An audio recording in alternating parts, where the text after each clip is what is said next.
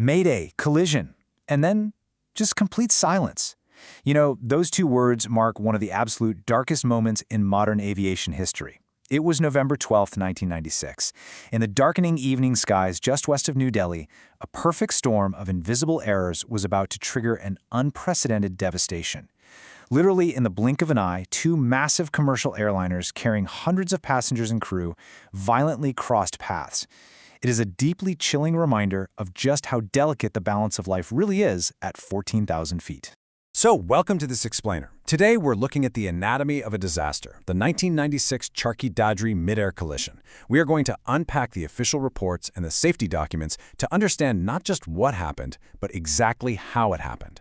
And look, this isn't just some clinical story about machines failing. We're going to take a really immersive look at how an alignment of human psychology, language barriers, and technical limitations created a completely unimaginable tragedy. 349. That is the staggering, heartbreaking number of lives lost that day. To this day, the Charkhi-Dadri disaster remains the world's deadliest mid-air collision. It's the deadliest aviation accident to have absolutely zero survivors, and it's the deadliest aviation accident in India's history. We really have to understand the sheer scale of this loss as we step back to analyze the seemingly small, incremental mistakes that ultimately caused it. Okay, let's break down the setup here. We've got two aircraft. On one side, Saudi Flight 763. This is a Boeing 747 departing Delhi, and air traffic control assigned it to climb to and maintain flight level 140. That's 14,000 feet. Now, approaching head-on on a reciprocal track was Kazakhstan Airlines Flight 1907. This was a massive Ilyushin IL-76 cargo plane, and they were instructed to descend to flight level 150, or 15,000 feet. Think of it like a two-lane highway, right? But instead of a concrete median separating the oncoming traffic, there's just an invisible vertical cushion of exactly 1,000 feet. In aviation, that is a totally standard, safe margin. But when you have two leviathans of the sky closing in on each other at hundreds of miles per hour, well, that margin leaves absolutely zero room for human error. Down on the ground at the Indira Gandhi International Airport, air traffic controller VK Duda was guiding these very planes.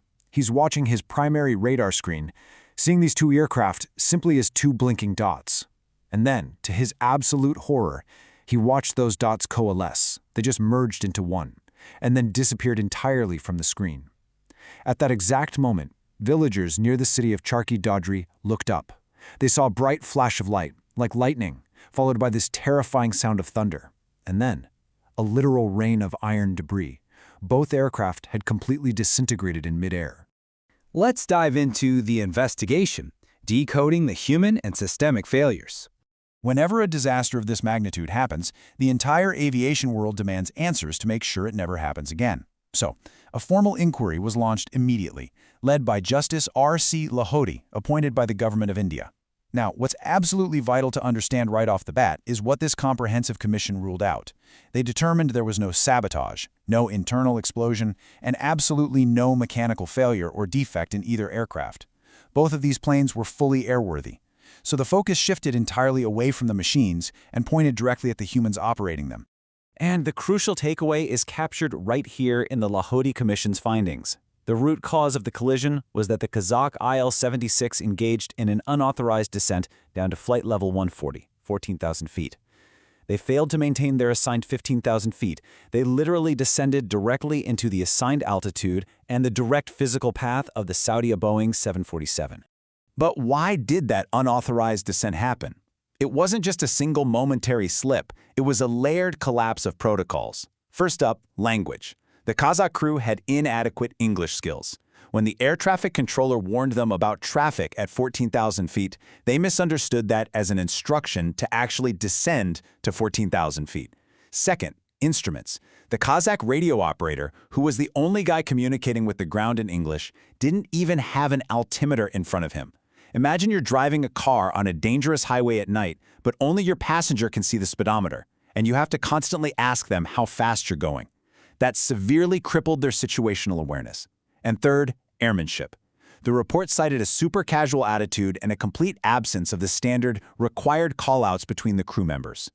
Which brings us to the anatomy of human error, the breakdown of crew resource management.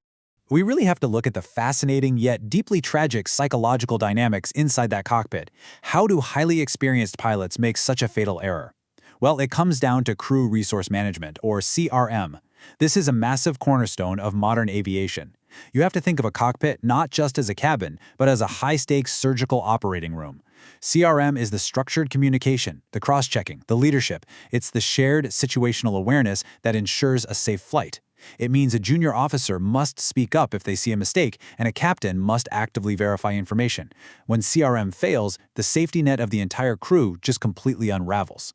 And that unraveling is exactly what happened here. Broadly speaking, the Kazakh crew members simply did not know what the others were doing. Wrong actions were taken, nobody cross-checked them, but honestly, the most chilling detail from the Lahoti report is this. The pilot in command actually realized the blunder of their altitude at least 18 seconds before the collision. Now, 18 seconds is literal eternity in an emergency. Yet because of a total lack of leadership and CRM, he failed to take prompt corrective action. They knew they were in danger, but the breakdown in communication just paralyzed them. But the failures weren't only up in the sky. There was a absolutely critical systemic blind spot on the ground, too. Air traffic controller VK Dutta was using a primary radar. Now, primary radar only gives distance and bearing. It's kind of like looking at a flat shadow on the ground.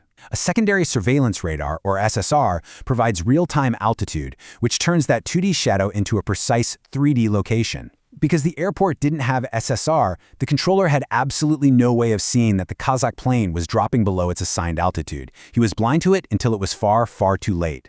This leads us to the last resort, automated safety nets. Because humans are fallible, because language can be totally misunderstood and CRM can completely break down, the investigation heavily pushed for technological solutions. Think about it. If the ground can't see the danger and the pilots don't realize the danger in time, what's going to stop a collision? Enter the Airborne Collision Avoidance System, or ACAS. Think of ACAS as the aviation equivalent of your car's autonomous emergency braking system, but operating in 3 dimensions. It's a computer system installed right on the aircraft that operates entirely independently of ground-based air traffic control. It's the ultimate last resort. Let's walk through exactly how this brilliant system logic works. First, ACAS constantly interrogates the transponders of all the nearby aircraft. Second, it tracks their exact range, bearing, and crucially, their altitude. Now, if it calculates that 2 planes are on a collision course, it moves to step 3, issuing a traffic advisory, or TA. Basically, this is the computer yelling at the pilots to look out the window. If the danger persists, it hits step 4, a resolution advisory, or RA. The system physically directs the pilots on how to maneuver. It tells one plane to climb rapidly and the other to descend, coordinating this escape maneuver between the 2 computers in mere milliseconds. Let's look at a safer global sky, the enduring legacy of Charkhi Dadri. The tragedy of Charkhi Dadri was a massive wake-up call. The loss of those 349 lives forced the entire global aviation industry to look in the mirror and make sweeping, mandatory changes. One of the most profound impacts was on global communications. In 1998, driven directly by this accident, India petitioned the International Civil Aviation Organization. They successfully argued that a common, strict, and highly proficient standard of English must be mandated for all radio telephony communications in international airspace. Because of Charkhi Dadri, English became the firmly cemented, unambiguous language of the skies. On top of that, the disaster massively accelerated the mandatory global adoption of ACAS and TCAS 2 systems on commercial airliners. It also led to dramatically strengthened crew resource management training globally. But, impartially speaking, it is worth noting that not every single recommendation crossed the finish line. A recent parliamentary report highlighted that the Lahoti Commission's recommendation to place a dedicated air traffic control member on the Airports Authority of India board, to ensure safety functions are actually represented at the highest decision-making level, well, that remains unimplemented decades later. The 1996 Charkhi Dadri collision really shows us what happens when the fragile layers of language, psychology, and technology all fail at the exact same time. Today, thankfully, we fly in skies protected by automated nets like ACAS, which were truly born from the ashes of this tragedy. But I want to leave you with this final, provocative thought. As our automated systems become more and more advanced, perfectly catching our mistakes, how do we ensure that this very technology doesn't slowly erode the sharp, active human vigilance that we still desperately rely on in the cockpit? Thank you so much for joining me on this explainer. Stay curious, and I'll catch you next time.